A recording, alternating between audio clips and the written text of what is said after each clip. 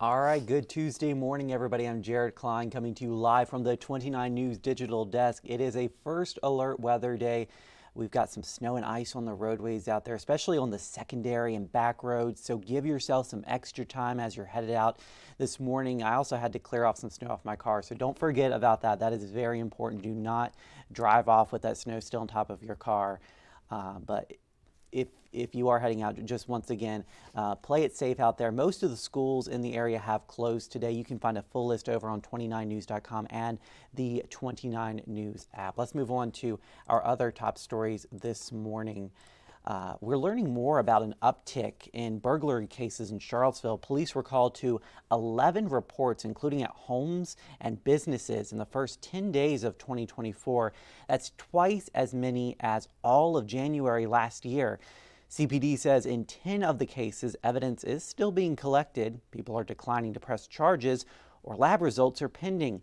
In one case, officers arrived during the burglary and arrested a suspect. Police say right now they do not believe the cases are connected and are spread out over the city, and 5 cases involved suspects entering through unlocked doors or windows. Well, guns are once again a hot topic at the Virginia General Assembly. A group of activists from Charlottesville pushing for more safety made its way to the Capitol in Richmond for Lobby Day yesterday. And those against gun control, you can see here, were also at the state capitol urging lawmakers to avoid more restrictions. Charlottesville Area Transit, or CAT, plans to present significant recommendations to City Council at tonight's meeting. The transit system is planning to transition to a zero-emission fleet by 2040. It's an effort to support the city's climate goals of carbon-neutral operations by 2050.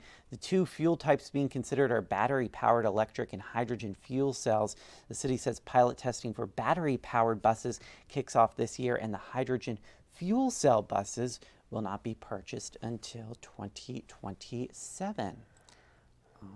All right, so talking about driving safety today with the snow.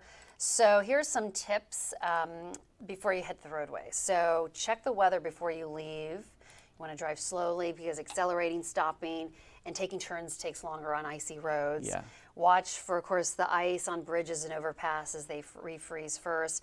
Carry a winter driving kit with a first aid kit, a blanket, water, and shovel.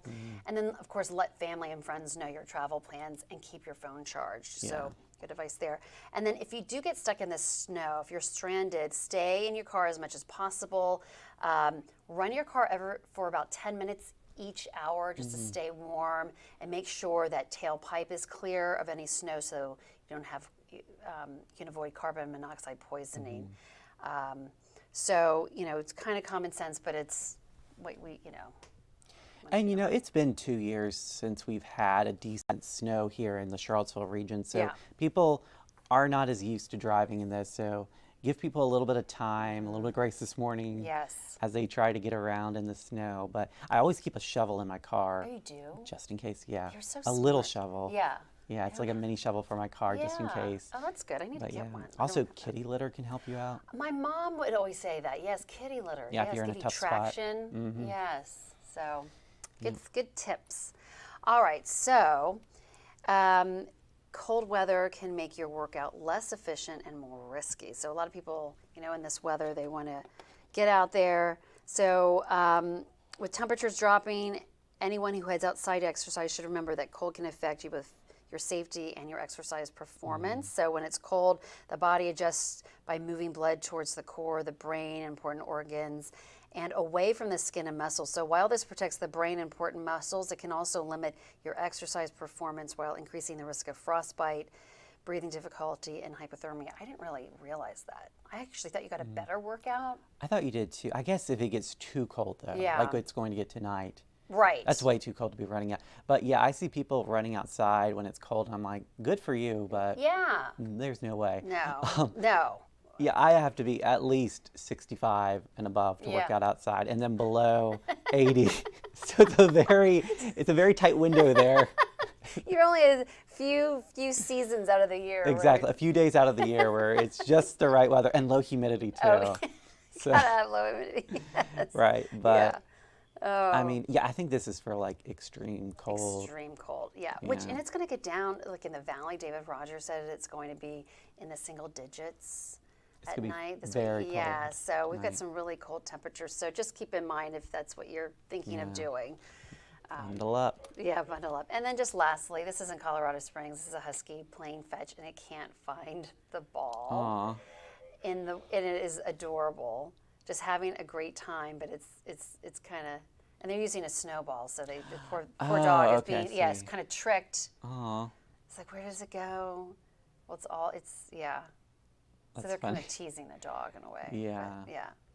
My dog loves snow, and he hasn't seen snow in so long, so Yes. he's gonna love it. Love it. Yeah, my dog does too. She was out running around yesterday, and the kids, we just had a little bit of snow coating around 5 or 6, and they were out there sledding.